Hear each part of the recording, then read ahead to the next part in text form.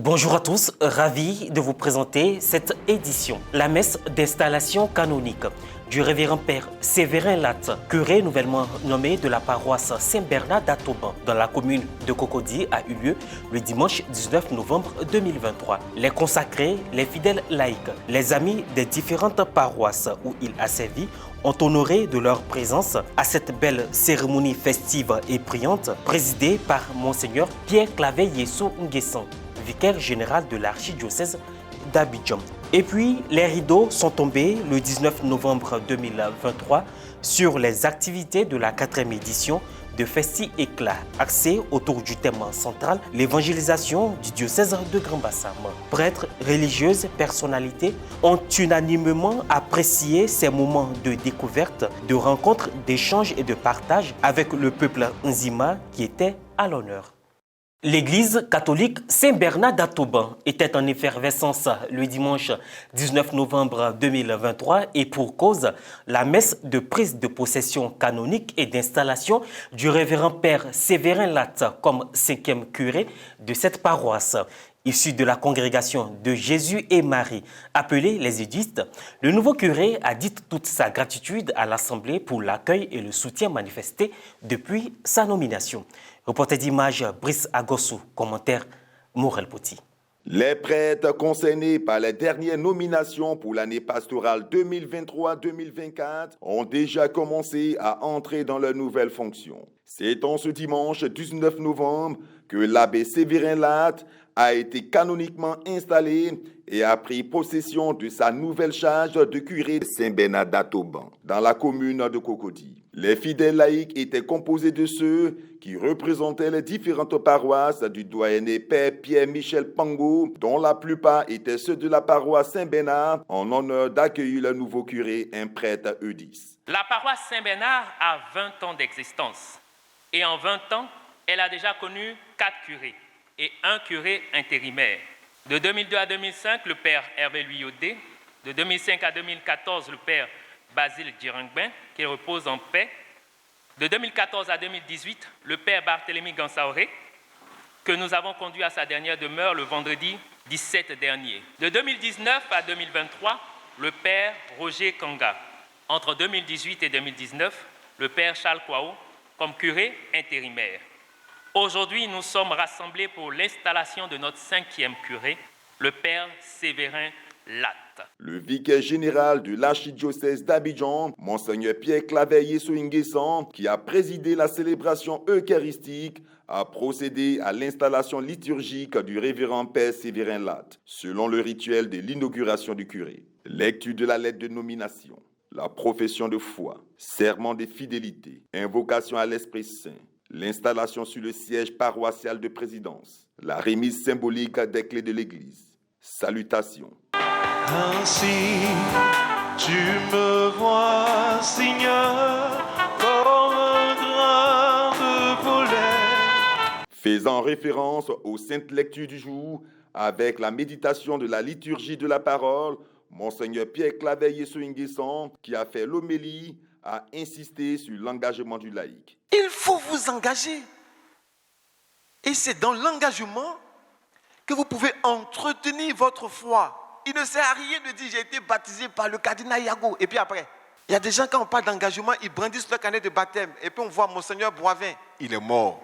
Il t'a transmis la foi. Toi, à ton tour, tu fais quoi pour transmettre la foi à celui qui vient après toi? Le père Séverin Latte, il vient chez vous comme un frère, comme un ami, comme un baptisé, comme un chrétien. Il vient chez vous comme un prêtre, le prêtre. Chaque père et frère Séverin Latte, voici tes paroissiens, voici tes paroissiennes.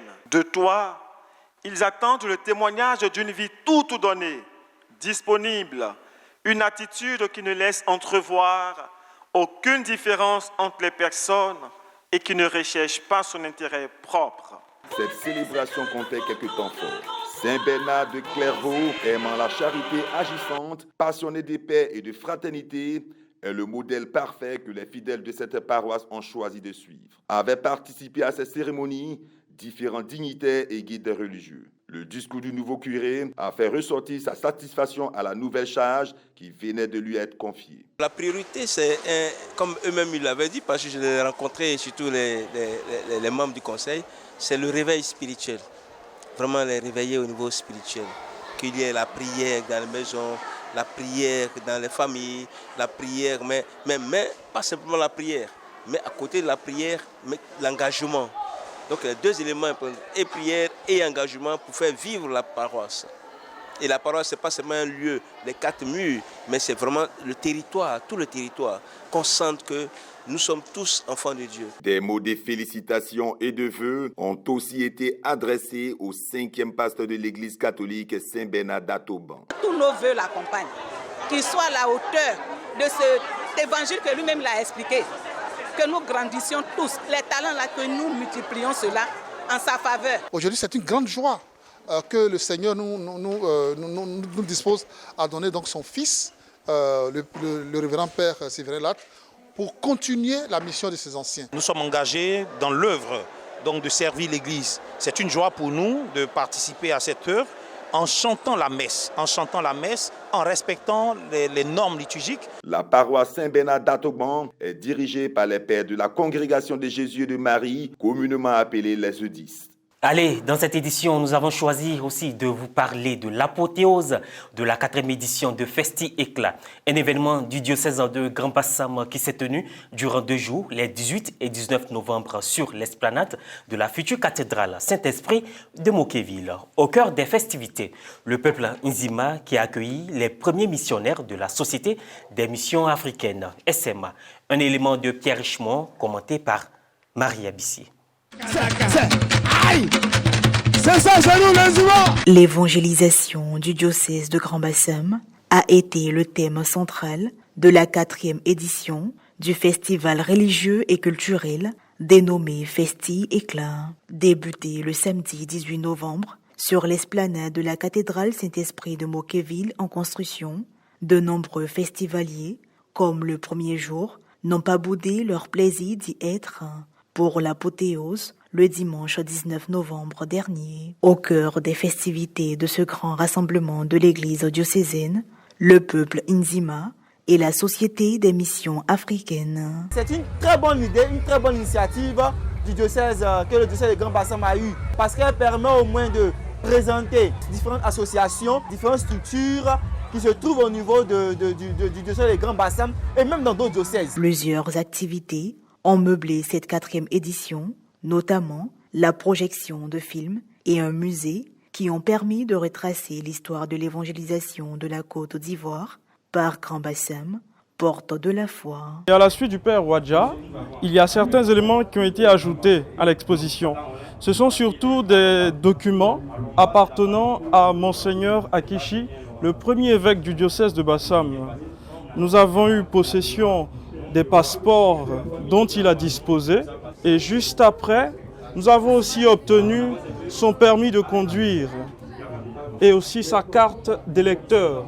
Il témoignait que Monseigneur était vraiment non seulement un chrétien catholique, mais également un citoyen. Un autre compartiment a été affecté à la gastronomie, où de nombreux festivaliers ont pu se restaurer et passer un moment convivial en famille. Au village ecclésial, nous avons du très bon placali, nous avons une bonne soupe de cabri bien épicée, nous avons du bondi. Ces 2 jours de festival ont été aussi marqués par des visites de stands, des espaces de rencontres, d'échanges et de partage. Divine Providence, je prends ma part. Nous avons jugé important de venir parce que c'est un festival auquel on savait qu'on allait beaucoup apprendre.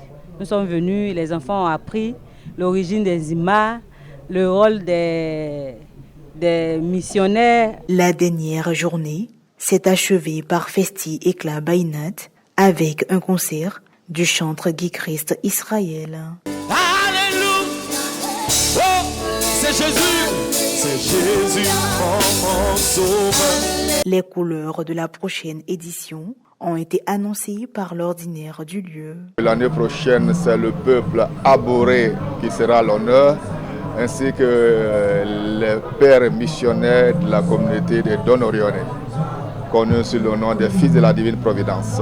Et voilà, ainsi se referme cette édition. Merci de votre attention. Merci de rester sur la télévision catholique Ecclesia TV.